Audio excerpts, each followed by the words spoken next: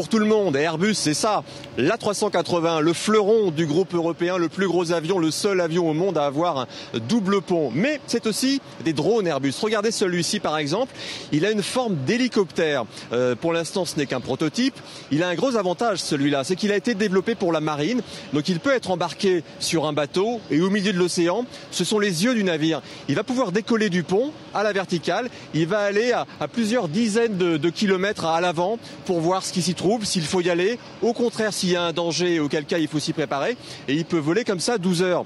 L'application civile de ce drone, c'est par exemple pour les lignes EDF. Si vous avez une ligne EDF qui est coupée en plein hiver et aucun hélicoptère ne peut décoller parce qu'il y a de la neige, eh bien lui il va pouvoir décoller, il va aller repérer où est la coupure sur la ligne de tension et on va pouvoir envoyer des troupes au sol pour réparer la ligne de tension. Ça peut servir pour pister aussi les voleurs de câbles sur des lignes SNCF, pour surveiller les centrales nucléaires.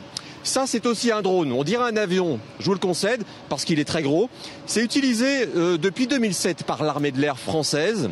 Lui, son boulot, c'est de faire de la cartographie, par exemple au-dessus de l'Afghanistan, au-dessus du Mali. Il est utilisé en ce moment. Ça permet de repérer la zone, de préparer des attaques très ciblées pour savoir exactement où est-ce qu'on va pouvoir envoyer un missile, où est le quartier général de telle ou telle organisation.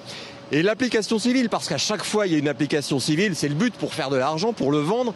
Eh bien l'application civile, c'est par exemple le 14 juillet, au-dessus de vous, il y aura peut-être ce drone, ils seront peut-être même plusieurs, ils voleront, vous le verrez pas forcément parce qu'il est très haut, mais avec ces grosses caméras qu'on est en train de vous montrer, il peut faire un zoom sur une personne qu'on soupçonne par exemple d'être armée ou d'être un risque au sol. Voilà, donc ça existe déjà depuis 2007.